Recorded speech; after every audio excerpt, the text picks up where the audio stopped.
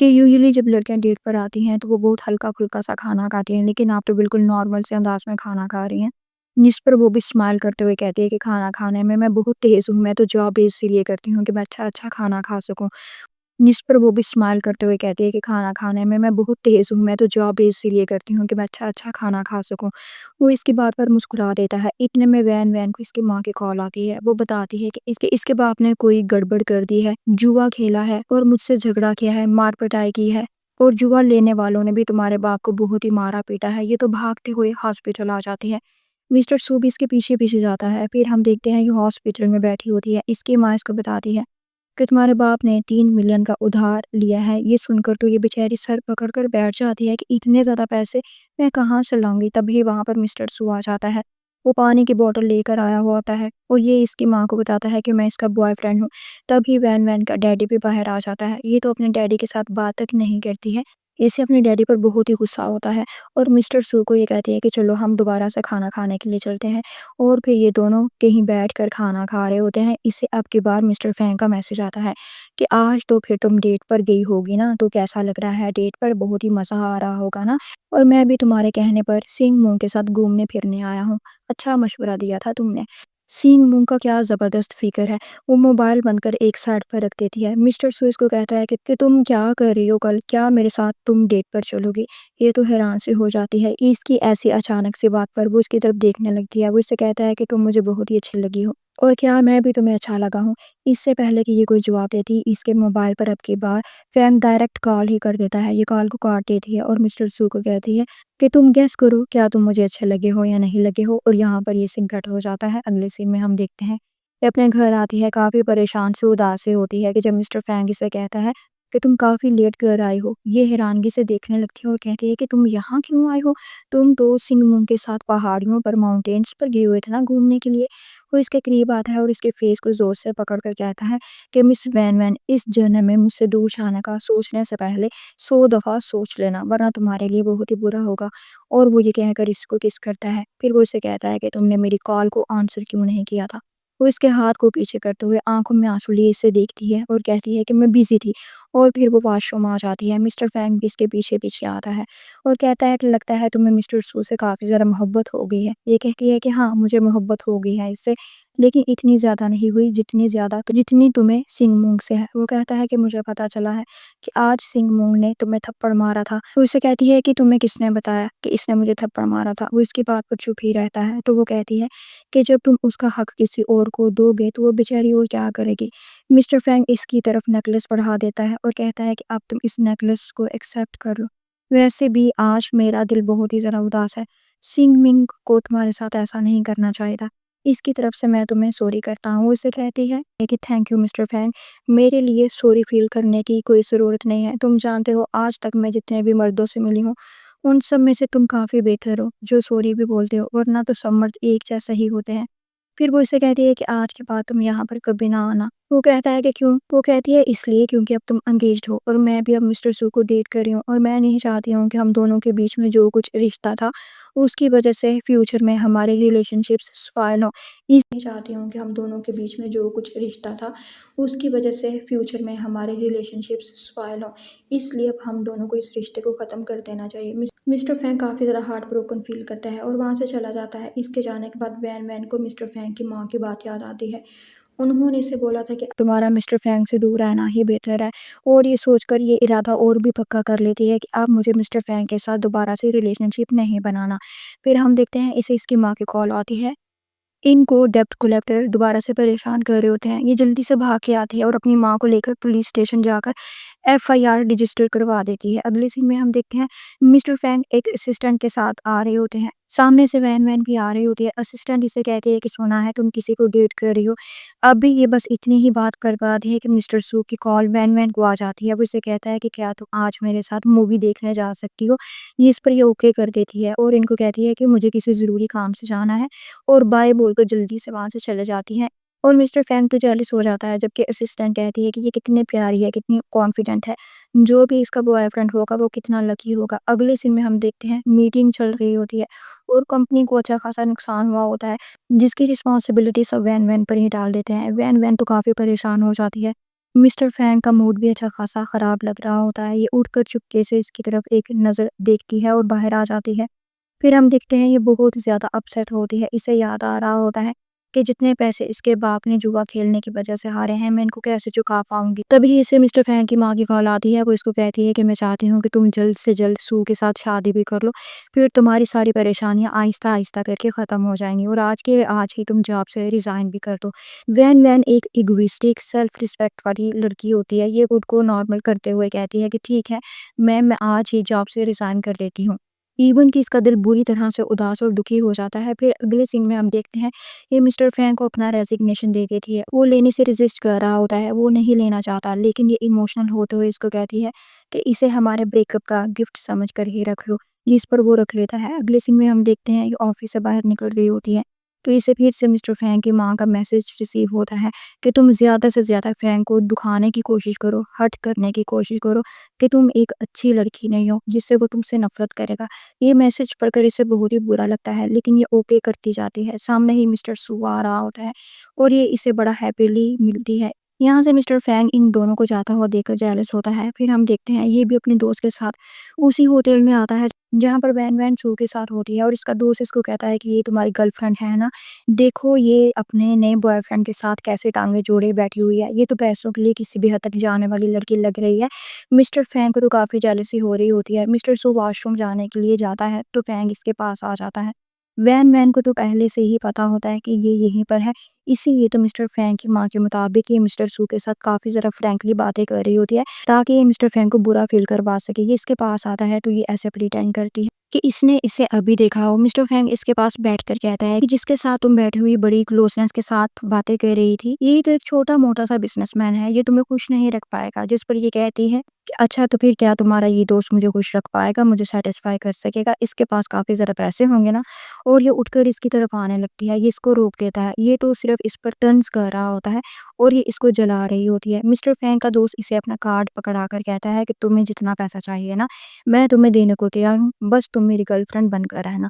یہ بات اس کے لیے کافی زیادہ ہیوملیٹنگ ہوتی ہے، لیکن مجبوری انسان سے کیا کیا کرواتی ہے۔ وہ اس کو کہتا ہے کہ تم یہ کارڈ رکھو اور آج کی رات تمہیں میرے ساتھ میرے اپارٹمنٹ پر بتانی ہوگی۔ اگلے سین میں ہم دیکھتے ہیں یہ مسٹر سو کے ساتھ وہاں سے چلا جاتی ہے اور مسٹر فینگ کا دوست اس کو کہتا ہے کہ چلو آج دیکھتے ہیں کہ یہ کیا کرتی ہے، کیا رات کو یہ میرے اپارٹمنٹ پر آتی ہے کہ نہیں آتی ہے۔ اگلے سین میں ہم دیکھتے ہیں یہ مسٹر فینگ کے دوست کے اپارٹمنٹ پر آ جاتی ہے اور ایک ویٹر سے کہتی ہے کہ میں اندر جاتی ہوں اور تم پورے 5 منٹ کے بعد آ کر دروازے کو ناک کرنا اور کہنا کہ میم آپ کے گھر میں کوئی ایمرجنسی ہو گئی ہے، آپ کو لینے کے لیے کوئی ریسیپشن پر آیا ہوا ہے، آپ جلدی سے چلیں۔ پھر ہم دیکھتے ہیں یہ اندر آتی ہے، اندر کافی اندھیرا ہوتا ہے۔ یہ کہتی ہے کہ مسٹر لو آپ کہاں پر ہیں، میں آ گئی ہوں، جیسے کہ ہم دونوں کی ڈیل ہوئی تھی۔ اور یہاں پر تو مسٹر لو ہوتا ہی نہیں ہے بلکہ مسٹر فینگ ہوتا ہے۔ مسٹر فینگ لائٹ چلاتا ہے اور اسے کافی دکھ ہوتا ہے کہ وین وین صرف چند پیسوں کے لیے اس کے دوست کے گھر آ گیا ہے، جبکہ وین وین تو جان بوجھ کر یہ سب کر رہی ہوتی ہے۔ یہ جلدی سے وہاں سے جانے لگتی ہے۔ مسٹر فینگ اس کو کہتا ہے کہ رک جاؤ، وہ اس کی طرف دیکھنے لگتی ہے۔ کچھ دیر کے بعد یہ پھر سے کہتا ہے کہ چلے جاؤ، اور وہ چلے جاتی ہے۔ باہر آ کر یہ خود کو بہت ہی زیادہ ڈاؤن محسوس کر رہی ہوتی ہے۔ تبھی ویٹر آتا ہے اور کہتا ہے کہ میں تھوڑا سا بیزی ہو گیا تھا، اس لیے تھوڑا سا لیٹ آیا ہوں۔ وہ کہتی ہے کہ کوئی بات نہیں، میرا کام ہو گیا ہے، تم چلے جاؤ۔ اگلے سین میں ہم دیکھتے ہیں مسٹر فینگ کسی کام سے مسٹر لو کے پاس آیا ہوتا ہے۔ ایکچولی یہ دونوں بزنس پارٹنر بھی ہوتے ہیں۔ مسٹر لو اس سے کہتا ہے کہ ایک بات تو ہے کہ مذاق مذاق میں ہی میرا دل تمہاری گرل فرینڈ پر آ گیا ہے، اب تو تم شادی کر رہے ہو تو کیوں نہ میں اسے اپنی گرل فرینڈ بنا لوں۔ اتنے میں وہاں پر وین وین بھی آ جاتی ہے۔ اس نے ایک بہت ہی بڑا سا باکس اٹھایا ہوتا ہے، اس نے کچھ پیسے سیو کیے ہوتے ہیں اور اپنا اپارٹمنٹ سیل کر دیا ہوتا ہے۔ یہ وہی پیسے ہوتے ہیں تاکہ یہ گیمبلرز کو دے سکے۔ مسٹر لوئس سے کہتا ہے کہ مجھے پتا چلا ہے کہ تم رات کو مجھے ملنے کے لیے آئی تھی، اصل میں اس وقت میں کسی کام سے گھر پر نہیں تھا اور تمہاری ملاقات مسٹر فینگ سے ہو گئی تھی۔ وہ کہتی ہے کہ کوئی بات نہیں ہے، آگے بہت سی راتیں ہوں گی جو ہم دونوں اکٹھے بتا سکتے ہیں۔ مسٹر فینگ کو کافی غصہ آتا ہے اس کے بات پر، وہ بھی اسے کہتا ہے کہ بیسٹ آف لک فیوچر کے لیے۔ وہ تھینکس بول کر چلے جاتی ہے۔ باہر آ کر یہ سوچتی ہے کہ میں نے تو اپارٹمنٹ کو بھی بیچ ڈالا ہے، پھر بھی یہ پیسے بہت ہی کم ہے، اور پیسے میں کہاں سے لے کر آؤں۔ یہ سوچتے سوچتے اس کو چکر آ جاتا ہے اور یہ گر کر بے ہوش ہو جاتی ہے۔ جب اسے ہوش آتا ہے تو یہ ہاسپٹل میں ہوتی ہے۔ اسے پتہ چلتا ہے کہ یہ تو پریگننٹ ہے، اس کے تو ہوش ہی اڑ جاتے ہیں۔ یہ ڈاکٹر سے کہتی ہے کہ مجھے یہ بیبی نہیں چاہیے۔ ڈاکٹر کہتے ہیں کہ ابارشن کرنے سے آپ کی جان کو خطرہ ہو سکتا ہے کیونکہ آپ کافی زیادہ کمزور ہیں۔ پھر وہ وہاں سے جانے لگتی ہے تو اسے اس کی فرینڈ کی کال آ جاتی ہے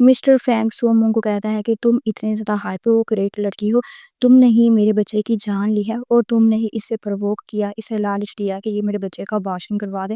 سومونگ بھی پریشان ہو جاتی ہے کہ یہ آواز تو مسٹر فینگ کی ہے، اس کا مطلب ہے مسٹر فینگ نے میری بات سن لی ہے۔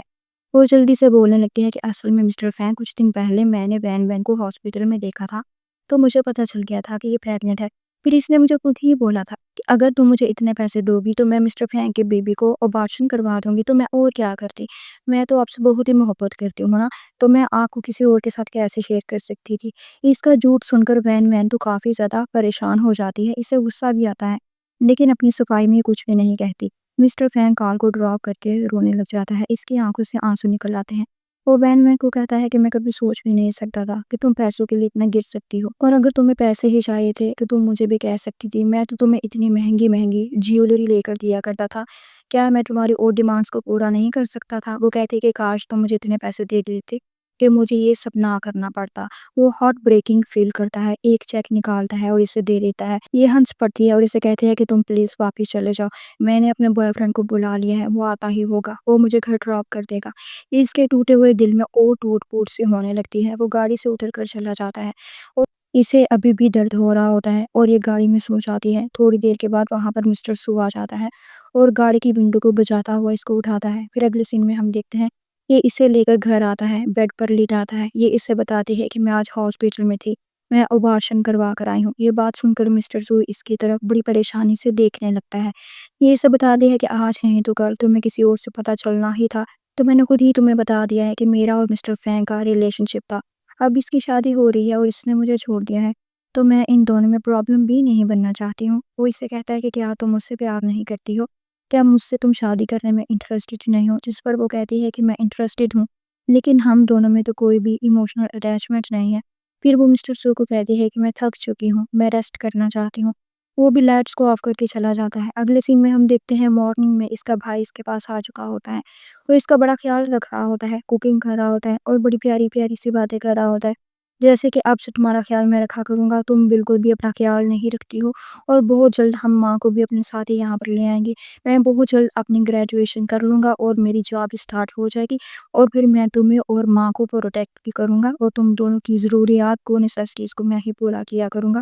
یہ اپنے بھائی کی باتوں پر اسمائل کرتی ہے اور پھر یہ ریڈ ڈریس پہنتی ہے۔ یہ ریڈ ڈریس پہن کر بڑے کانفیڈنس کے ساتھ مسٹر سینگ کی کارپوریشن میں آ جاتی ہے اور سیدھا سو مونگ کے آفس میں آتی ہے، اور آتے ساتھ ہی سب سے پہلے تو پیسوں کا بڑا سا بیگ اٹھا کر اس کی ٹیبل پر پھینک دیتی ہے، پھر یہ زوردار تھپڑ اس کے منہ پر مارتی ہے اور کہتی ہے کہ یہ تھپڑ اس دن کے تھپڑ کا جواب ہے جو تم نے مجھے مارا تھا۔ پھر یہ اس کو دوسرا تھپڑ مارتی ہے اور کہتی ہے کہ یہ تھپڑ اس بات کے لیے ہے جو تم نے مجھ پر جھوٹا الزام لگایا ہے کہ میں نے تمہیں بولا تھا کہ تم مجھے پیسے دو اور میں ابارشن کروا لیتی ہوں، انفیکٹ میں نے تو منع کیا تھا کہ مجھے تمہارے پیسے نہیں چاہیے۔ سو مون اس کو کہتی ہے کہ تمہاری اتنی جرأت کہ تم مجھے تھپڑ مارو، میں اب بھی اپنی بہن کو بلاتی ہوں، وہ تمہیں جاب سے نکلوا دیتی ہے، مسٹر فینگ کو بھی میں کہتی ہوں وہ تو تمہیں مجھے تھپڑ مارنے کی وجہ سے جیل بھیج دے گا۔ یہ اسے کہتی ہے کہ بات سنو میری، وہ مجھے جاب سے کیا نکالے گا، میں تو پہلے ہی ریزائن کر چکی ہوں، اور ہاں اب میں تمہیں کلیئر بتا دوں کہ میرا اور مسٹر فینگ کا کوئی تعلق نہیں ہے، اب تمہیں مجھ سے ڈر نہیں ہونا چاہیے کہ میں مسٹر فینگ کو تم سے چھین لوں گی، کیونکہ اب یہ کام تمہاری بہن کرے گی، تمہاری کزن کرے گی، میں نے خود اپنی آنکھوں سے دیکھا ہوا ہے کہ اس کا مسٹر فینگ کے ساتھ ریلیشن شپ ہے۔ وہ یہ کہہ کر چلے جاتی ہے اور اس کا غصے کے مارے برا حال ہو جاتا ہے۔ اگلے سین میں ہم دیکھتے ہیں گاڑی میں آ کر بیٹھتی ہے تو وہی چیک جو مسٹر فینگ نے اسے دیا تھا یہ اسے گچھو مچھو کر کے باہر پھینک دیتی ہے، تبھی اسے جیولر کی کال آتی ہے جس کے پاس اس نے اپنی جیولری رکھوائی ہوتی ہے سیل کرنے کے لیے۔ جیولر اس کو بتاتا ہے کہ آپ کی جیولری کی تو بہت ہی اچھی پرائس ملی ہے، یہ کسی نے بائی کر لی ہے، یہ تو کافی خوش ہو جاتی ہے۔ پھر جیولر اس کو بتاتی ہے کہ مسٹر فینگ نے ہی تمہاری جیولری بائی کی ہے، اور یہ سن کر یہ حیران ہو جاتی ہے۔ مسٹر فینگ انڈائریکٹلی ڈائریکٹلی اس کی ہیلپ کرتا ہی رہتا ہے۔ پھر اگلی سین میں ہم دیکھتے ہیں یہ پیسوں کا انتظام کر کے اپنی ساری جیولری کو بیچ کر اپنا اپارٹمنٹ گروی رکھ کر ہاسپٹل میں آتی ہے اور آ کر اپنے باپ کو کہتی ہے کہ تم لوگوں کی بیٹی ہونے کی اچھی سزا مجھے مل رہی ہے، آج میں نے پیسے جمع کر لیے ہیں لیکن جانتے ہو ان پیسوں کو جمع کرنے کے لیے مجھے اپنے بچے کو مارنا پڑا، میرا اپنے باس کے ساتھ ریلیشن شپ تھا اور میں پریگننٹ بھی ہو گئی تھی، لیکن تم لوگوں کا پیٹ بھرنے کے لیے، گیمبلنگ کے پیسے چکانے کے لیے میں نے اپنے بچے کی جان لے لی ہے، کاش کہ میں آپ کے گھر پر پیدا نہ ہوئی ہوتی، اب یہ آخری دفعہ ہے کہ میں آپ کے لیے پے کر رہی ہوں، اس کے بعد میں کبھی پے نہیں کروں گی۔ یہاں پر ہمیں پتہ چلتا ہے کہ مسٹر فینگ کی ماں نے اس کی کافی ہیلپ کی ہوئی ہوتی ہے اس ڈیبٹ کو اتارنے میں۔ اس کی ماں تو اصل میں یہی چاہتی ہے کہ بس کسی طرح سے وین مسٹر فینک سے دور ہو جائے، اس لیے اس کی پرابلمس میں اس کی ہیلپ کر کے ایک طرح سے اسے رشوت ہی دے رہی ہوتی ہے۔ یہ اپنے باپ کی اچھی خاصی انسلٹ کر کے وہاں سے باہر آ جاتی ہے اور رونے لگ جاتی ہے۔ تبھی مسٹر فینک وہاں پر آ جاتا ہے اور اسے کہتا ہے کہ میں نے سو مونگ کے ساتھ رشتہ ختم کر دیا ہے، اس نے میرے بیبی کو مارنے کے لیے تمہیں لالچ دیا تھا نا، اب میں اس سے شادی نہیں کروں گا۔ پھر وہ اسے کہتا ہے کہ تم پیسوں کے لیے ویسے کتنا گر سکتی ہو، مجھے تو ابھی تک یقین نہیں ہو رہا۔ وہ کہتی ہے کہ میں پیسوں کے لیے کیوں نہ گروں، دنیا میں پیسے کے علاوہ کسی چیز کی کوئی ویلیو ہی نہیں ہے۔ ہاں میں گریڈی ہوں، میں لالچی ہوں، مجھے اگر کہیں سے بھی پیسے ملیں گے تو میں اسی بندے کے ساتھ سیکس بھی کر لوں گی۔ مسٹر فینک کو اس کی باتوں پر دکھ ہونے لگتا ہے، وہ اسے کہتا ہے کہ بس کرو، چپ ہو جاؤ، اپنے بارے میں ایسی بری بری کڑوی کڑوی باتیں نہ کرو، میں برداشت نہیں کر سکتا ہوں۔ وہ کہتی ہے کہ تم برداشت کیوں نہیں کر سکتے ہو، جب یہ سچ ہے تو سچ ہے، تمہارے برداشت کرنے سے حقیقت تو نہیں بدل سکتی نا۔ وہ یہ کہہ کر جانے لگتی ہے تو یہ اس کو حق کرنے لگتا ہے، اس کی آنکھوں میں بھی آنسو ہوتے ہیں، لیکن یہ اپنے ایموشنز کو کنٹرول کرتے ہوئے وہاں سے چلے جاتی ہے۔ پھر یہ اپنے گھر آ جاتی ہے۔ اگلی سین میں ہم دیکھتے ہیں یہ کچھ کمپنیز میں کالز کر رہی ہوتی ہے نئی جاب کے لیے، ایک تو جگہ سے جاب کے لیے اس کو ریجیکٹ کر دیا جاتا ہے، یہ پریشان ہو جاتی ہے۔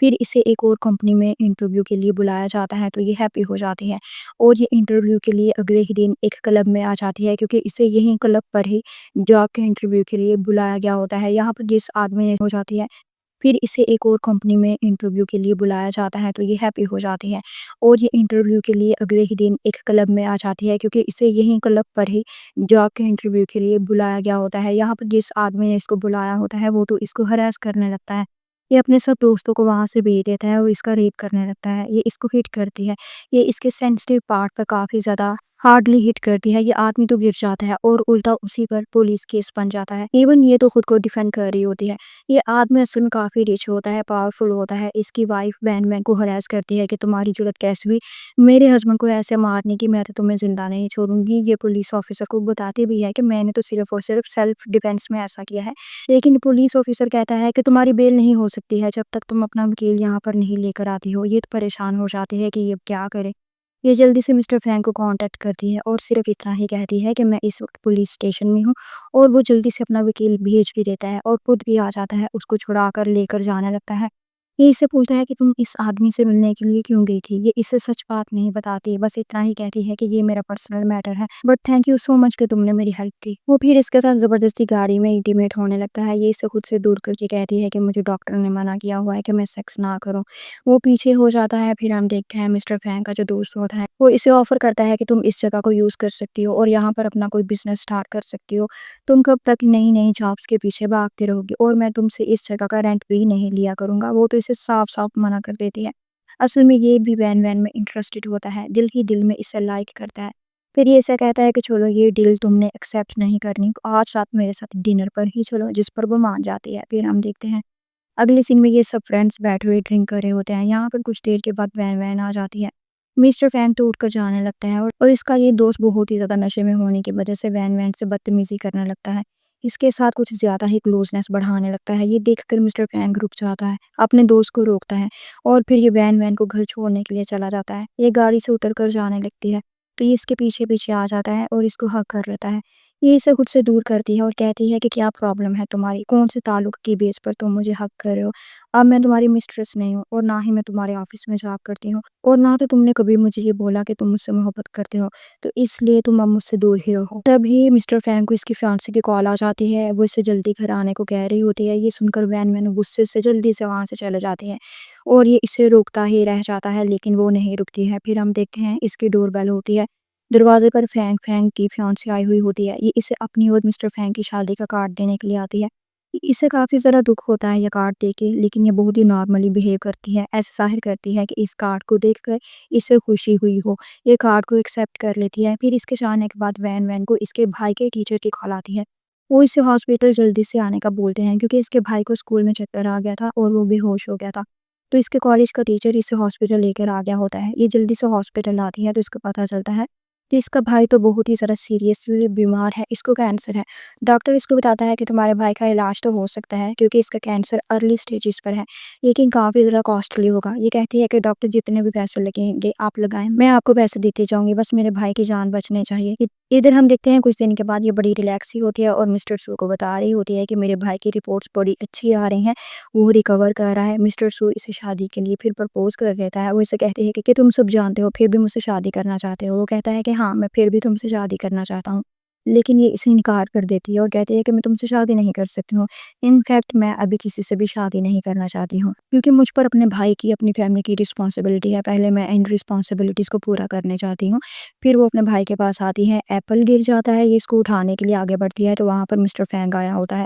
مسٹر فینگ اس کو کہتا ہے کہ تم نے مجھے بتایا بھی نہیں کہ تمہارا بھائی اتنا زیادہ بیمار ہے، میں اسے باہر لے کر کسی کنٹری میں جاتا ہوں اور اس کا علاج کرواتا ہوں کسی اچھے سے ہاسپٹل سے، لیکن یہ اس کو منع کر دیتی ہے اور کہتی ہے کہ مجھے تمہاری کوئی ہیلپ نہیں چاہیے، تم بس یہاں سے چلے جاؤ۔ اس کے اس رسپانس پر فینگ کو بھی غصہ آ جاتا ہے، وہ اسے کہتا ہے کہ ٹھیک ہے میں چلا جاتا ہوں، لیکن تم اپنے فیصلے پر بہت ہی پچھتاؤ گی۔ وہ چلا جاتا ہے۔ کچھ دن کے بعد مسٹر فینگ کی شادی ہو جاتی ہے جو ٹی وی پر ٹیلی کاسٹ کی جاتی ہے۔ یہ دیکھ کر اسے بہت ہی ہرٹ ہوتا ہے، یہ رونے لگتی ہے اور پھر اسے مسٹر فینگ کی وائف کی کال بھی آتی ہے۔ وہ اسے جلانے کے لیے کہتی ہے کہ تم تو مسٹر فینگ کی بیڈ پارٹنر تھی نا، تو تمہیں تو پتا ہوگا کہ مسٹر فینگ کو کون سے فلیور کی کانڈوم اچھی لگتی ہے اور کون سی پوزیشن کی سیکس اچھی لگتی ہے، کیونکہ مسٹر فینگ میرا روم میں انتظار کر رہا ہے تو میں نے سوچا کہ میں تم سے پہلے مشورہ کر لیتی ہوں۔ اس کی یہ باتیں سن کر وین وین کو بہت ہی غصہ آتا ہے۔ اتنی دیر میں اس کے دروازے پر بیل ہوتی ہے، یہ دروازہ کھولتی ہے تو یہ کوئی اور نہیں ہوتا بلکہ یہ تو فینگ ہوتا ہے۔ اس کا مطلب ہے اس کے بھائی کا جھوٹ پکڑا جاتا ہے کہ یہ کمرے میں میرا انتظار کر رہا ہے۔ یہ جلدی سے گھر میں گھس آتا ہے اور اس کے ساتھ زبردستی سیکس کرنے لگتا ہے۔ یہ تو اس کو روکتی رہ جاتی ہے لیکن یہ تو اس کی بات نہیں سنتا اور اس کے ساتھ انٹیمیٹ ہو جاتا ہے۔ کچھ دیر بعد کا سین پھر ہم دیکھتے ہیں، یہ اس سے کہتے ہیں کہ تم یہاں پر کیوں آئے ہو، آج رات تو تمہیں اپنی وائف کے ساتھ ہونا چاہیے تھا نا۔ یہ کہتا ہے کہ میری اس سے شادی صرف اپنی ماں کو خوش کرنے کے لیے ہوئی ہے، میری خوشی تو تم سے ہے، میں تم سے دور نہیں رہ سکتا ہوں۔ یہ کہتی ہے کہ ٹھیک ہے، پھر جا کر اپنی ماں کو صاف صاف بتا دو اور ساری دنیا کے سامنے تم مجھے ایکسیپٹ کرو، قبول کرو، مجھ سے شادی کرو۔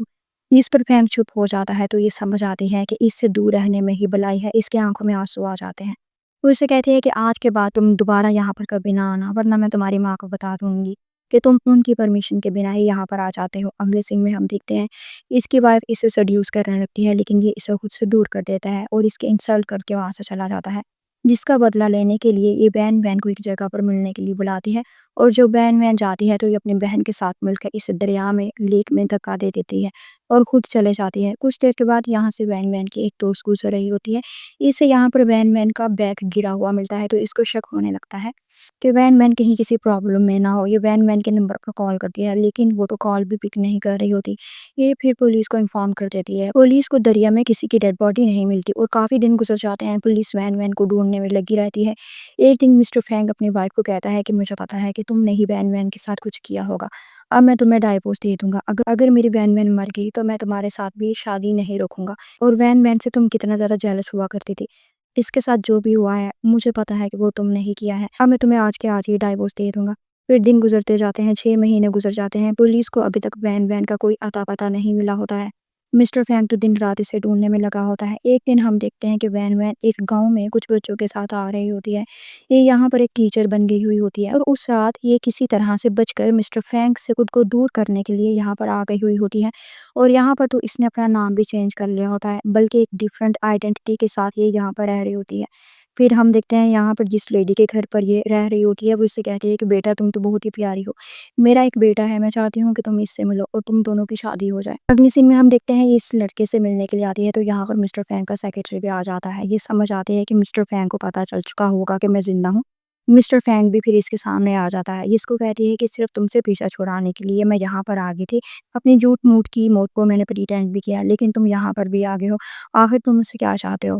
وہ اس سے اپنے کیے کی معافی مانگتا ہے کہ میں نے تمہیں بہت ہی رلایا ہے، تمہارے ساتھ جو بھی میں نے کیا وہ مجھے نہیں کرنا چاہیے تھا، پھر یہ اس کو معاف نہیں کرتی لیکن یہ پھر بہت ہی ڈائلاگ بولتا ہے کہ میں تمہارے بغیر نہیں رہ سکتا، میں نے تو اپنی وائف کو بھی چھوڑ دیا ہے، میں تمہارے بغیر مر جاؤں گا، پلیز مجھے معاف کر دو۔ کافی زیادہ معافیاں مانگتا ہے تو یہ اس کو معاف کر ہی دیتی ہے۔